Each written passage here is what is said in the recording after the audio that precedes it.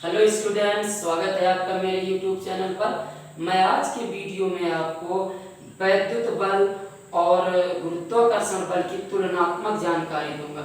यानी हम इस वीडियो में वैद्युत बल और गुरुत्वाकर्षण बल का तुलनात्मक अध्ययन करेंगे। पता करेंगे कि वैद्युत बल और गुरुत्वाकर्षण बल में क्या समानताएं हैं और क्या असमानताएं हैं।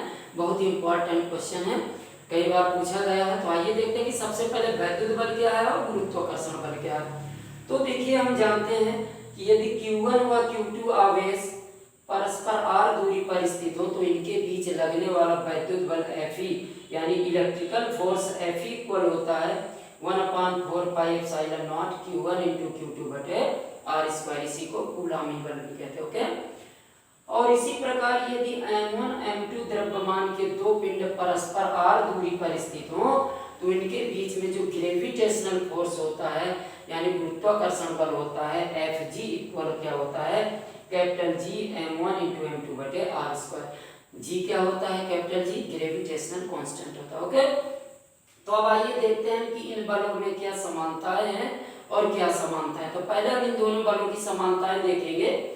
तो देख रहे हैं आप कि वैद्युत बल और गुरुत्वाकर्षण बल दोनों व्युत्क्रम वर्ग नियम का पालन करते हैं। यानी वैद्युत बल भी दूरी के वर्ग के व्युत्क्रमानुपाती है और गुरुत्वाकर्षण बल भी दूरी के वर्ग के व्युत्क्रमानुपाती है। तो पहली समानता क्या है? दोनों बल व्युत्क्रम वर्ग नियम का पालन करते हैं। ओके। नेक्स्ट, दोनों बल केंद्रीय व संरक्षी बल है। तो आइए सबसे पहले केंद्रीय और संरक्षी बल देखते हैं क्या होता है। सबसे पहले केंद्रीय बल, तो जो ये गुरुत्वाकर्षण बल होता है तो इसकी दिशा जो होती है वो m1 व m2 द्रव्यमान के जो पिंड है इनको मिलाने वाली रेखा के अनुदिश होती है। इसी प्रकार वैद्युत बल की जो दिशा होती है दोनों आवेशों को मिलाने वाली रेखा के अनुदिश होती है। तो इस प्रकार के बल जिनका मान दोनों आवेशों को मिलाने वाली रेखा के अनुदिश कार्य करे या दोनों पिंडों के द्रव्यमानों को मिलाने वाली द्रव्यमानों के केंद्रों को मिलाने वाली रेखा के अनुदिश कार्य करता है तो वो बल क्या कहलाते हैं? केंद्रीय बल कहलाते हैं। ओके। अब आइए संरक्षी बल।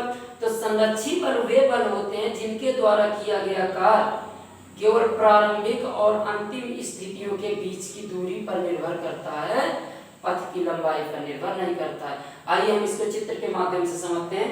जैसे मान लीजिए यहाँ पर कोई पिंड है, ये पिंड है, इसको हम बिंदु A से बिंदु B तक इस रास्ते द्वारा लेकर जाएं या हम इसके द्वारा लेकर के जाएं तो बल के द्वारा किया गया जो कार्य होगा वो इन पथों की लंबाइयों पर निर्भर नहीं करेगा। वो सिर्फ किस पर निर्भर करेगा? प्रारंभिक बिंदु और अंतिम बिंदु के बीच की जो दूरी होगी उस पर निर्भर करेगा। तो ऐसे बल जिनका मान पथ पर निर्भर नहीं करता है, केवल प्रारंभिक बिंदु और अंतिम बिंदु के बीच की दूरी यानी प्रारंभिक स्थिति और अंतिम स्थिति के बीच की दूरी पर निर्भर करता है, वो क्या कहलाते हैं? संरक्षी बल कहलाते हैं। या इसको दूसरी प्रकार से समझिए कि वे बल जिनके द्वारा समृत पथ में किया गया कार्य शून्य होता है। समृत पथ यानी क्लोज्ड पथ, जिनके द्वारा बंद पथ में किया गया कार्य शून्य होता है वो बल क्या कहलाते हैं? संरक्षी बल। जैसे मान लीजिए कोई पिंड है, इसको हम बिंदु यहाँ से इस जगह से बिंदु A से ले करके और पुनः उसी बिंदु पर ले आते हैं तो इस तरह से तो ये कैसा पथ बनेगा? बंद पथ बनेगा। तो वे बल जिनके द्वारा बंद पथ में किया गया कार्य शून्य होता है वो भी क्या कहलाते हैं? संरक्षी बल। ओके। अब आइए देखते हैं असमानता। तो पहली असमानता क्या है कि जो वैद्युत बल होता है वो आकर्षण और प्रतिकर्षण दोनों प्रकृति का होता है, जबकि गुरुत्वाकर्षण बल सिर्फ आकर्षण प्रकृति का होता है। तो अब इससे हमें ये पता चलता है कि वैद्युत आवेश दो तरह के होते हैं, नंबर 1 धनात्मक और नंबर 2 ऋणात्मक। तभी तो बल आकर्षण और प्रतिकर्षण हो जाएगा। अगर दोनों आवेश पॉजिटिव हैं तो इनके बीच वाला बल कैसा लगेगा? प्रतिकर्षण। या दोनों आवेश निगेटिव हैं तो उनके बीच लगने वाला बल प्रतिकर्षण होगा। और अगर एक आवेश पॉजिटिव और एक निगेटिव है तो इनके बीच लगने वाला बल कैसा होगा? अट्रैक्टिव यानी आकर्षण प्रकृति का होगा। ओके। लेकिन द्रव्यमान सदैव मतलब द्रव्यमान एक ही प्रकार का होता है, क्योंकि दो पिंडों के बीच लगने वाला जो गुरुत्वाकर्षण बल है वो सदैव आकर्षण प्रकृति का होता है। तो इससे हमें पता चलता है कि द्रव्यमान एक ही प्रकृति का होता है, जबकि वैद्युत आवेश दो तरह के होते हैं, धनात्मक और ऋणात्मक, और द्रव्यमान केवल एक प्रकार का होता है, वो धनात्मक या ऋणात्मक नहीं होता है। अगर ऐसा होता तो ये बल भी कैसा होगा, आकर्षण और प्रतिकर्षण होता, लेकिन गुरुत्वाकर्षण बल सदैव आकर्षण प्रकृति का होता है। इससे सिद्ध होता है कि द्रव्यमान एक ही प्रकार के होते हैं, और जबकि आवेश दो तरह के होते हैं, धनात्मक और ऋणात्मक। ओके, नेक्स्ट है वैद्युत बल माध्यम पर निर्भर करता है। तो जो वैद्युत बल होता है उसका मान माध्यम पर निर्भर करता है, जबकि गुरुत्वाकर्षण बल का मान गुरुत्वाकर्षण बल माध्यम पर निर्भर नहीं करता है।